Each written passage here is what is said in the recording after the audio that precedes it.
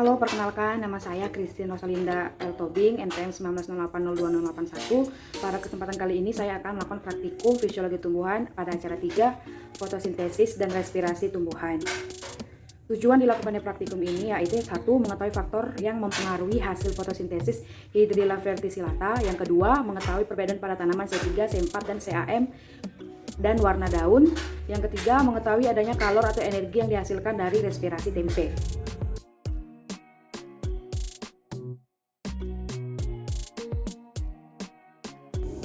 Berdasarkan tabel 1 hasil percobaan fotosintesis pada Hydrilla verticillata, perlakuan tempat terang, banyak gelembung yang dihasilkan pada jam pertama yaitu 1,2 mili, pada jam kedua 2 mili. Tempat teduh pada jam pertama 0,5 mili, pada jam kedua 1 mili. Tempat gelap pada jam pertama 0,1 mili, pada jam kedua 0,2 mili. Berdasarkan praktikum yang dilakukan tentang fotosintesis hidrilla, fotosintesis hidrilla memiliki gelembung paling banyak pada tempat terang dan jam kedua. Hal tersebut disebabkan tumbuhan hidrilla memperoleh cahaya matahari alami, intensitas cahaya yang baik, memiliki suhu yang sesuai, dan memiliki konsentrasi karbon dioksida yang optimal. Hal tersebut menyebabkan laju fotosintesis berjalan dengan baik dan menghasilkan berupa gelembung oksigen sebagai hasil dari fotosintesis. Hasil yang diperoleh sesuai dengan teori Loveless 1991 yang menyatakan proses fotosintesis menghasilkan oksigen yang dipengaruhi oleh konsentrasi karbon dioksida, intensitas cahaya, matahari, dan suhu. Berdasarkan percobaan fotosintesis pada daun C3, C4, dan CAM, hasil yang diperoleh dirangkum pada tabel 2. Tabel 2 hasil percobaan fotosintesis pada daun C3 dan C4. Nama tanaman kaktus dengan nama ilmiah Cactanaceae. Golongan CAM, tebu atau Saccharum officinarum golongan C4. Kedelai atau Glycine max golongan C3 dan jagung atau Zea mays merupakan golongan C4. Pada tabel dapat dilihat gambar penampang pada daun masing-masing tumbuhan. Pengamatan fotosintesis pada daun C3, C4, dan CAM. Menurut Perkasa DKK 2017, tanaman dibedakan berdasarkan kemampuan fiksasi karbon dioksida, yaitu menjadi 3 golongan tanaman, yaitu tanaman C3, C4, dan CAM. Perbedaan diidentifikasi berdasarkan stomata pada tanaman. Stomata bertugas sebagai jalan pertukaran gas CO2, O2, H2O pada saat fotosintesis, respirasi, maupun transpirasi. Perbedaan antara ketiga jenis tanaman tersebut yaitu tanaman golongan C3 memiliki kerapatan stomata yang lebih tinggi dan hampir setiap spesies tanaman memiliki stomata yang membuka. Sedangkan pada tanaman golongan CAM memiliki kerapatan stomata yang rendah dan semua stomatanya menutup. Tanaman C3 dan C4 dibedakan oleh cara mengikat CO2 dari atmosfer dan produk awal yang dihasilkan dari proses asimilasi. Pada tanaman C4, CO2 diikat oleh enzim pengikat CO2 yaitu PEP yang tidak dapat mengikat O2 sehingga tidak terjadi kompetisi antara CO2 dan O2. Pada tanaman C3, RUBP yaitu substrat untuk pembentukan karbohidrat dalam proses fotosintesis dapat mengikat O2 pada saat yang bersamaan sebagai fotorespirasi. Tabel 3 hasil pengamatan daun. Nama ilmiah Mangifera indica atau daun mangga. Pigmen pada daun itu yaitu klorofil yang memberikan warna hijau. Yang kedua ada Sansevieria atau lidah mertua, terdapat pigmen xanthophyll yang memberikan warna kuning. Yang ketiga ada Cordyline sp atau daun andong, pigmen pada daunnya itu antosianin yang memberikan warna merah.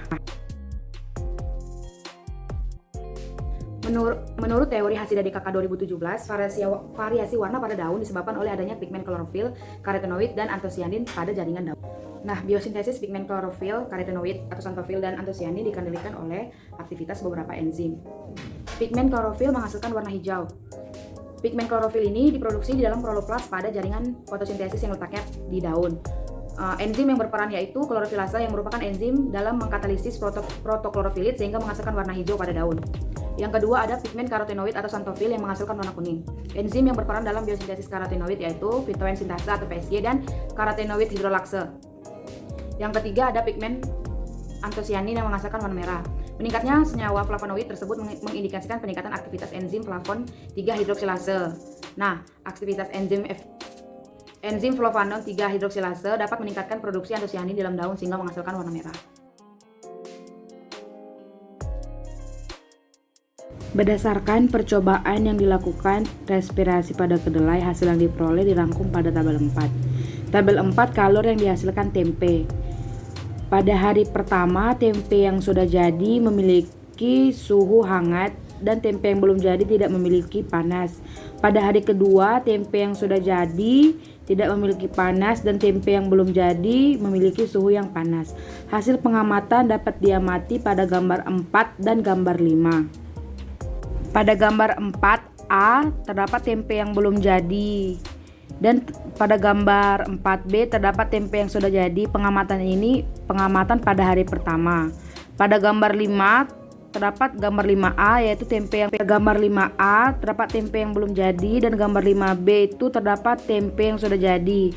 Hasil pengamatan ini adalah hasil pengamatan pada hari kedua.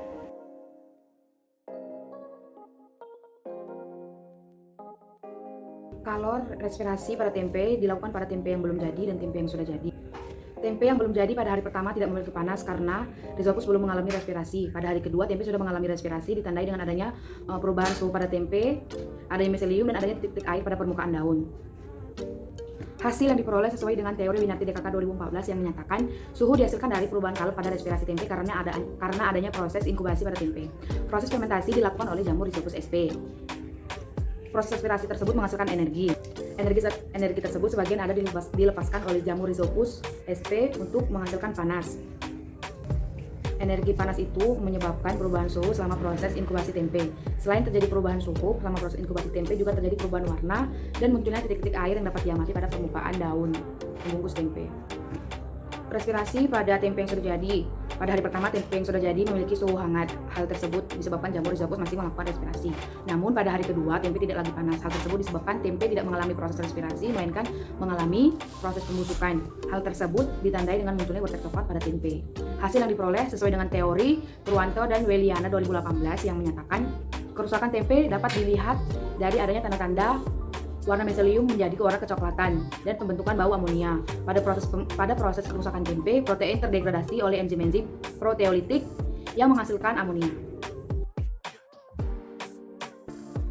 Kesimpulan, berdasarkan praktikum yang telah dilakukan, hasil yang diperoleh dapat disimpulkan sebagai berikut. 1. Faktor yang mempengaruhi fotosintesis Hydrilla verticillata yaitu konsentrasi karbon dioksida, cahaya matahari, intensitas cahaya, dan suhu. Kedua, perbedaan tanaman C3, C4, dan CAM yaitu C3 adalah tanaman yang memiliki kemampuan adaptif pada kondisi kandungan CO2 atmosfer tinggi. Tanaman C4 adalah tanaman yang dapat menyesuaikan diri pada lingkungan yang panas atau kering. Dan tanaman CAM adalah tanaman yang memiliki stomata membuka pada malam hari tetapi menutup pada siang hari.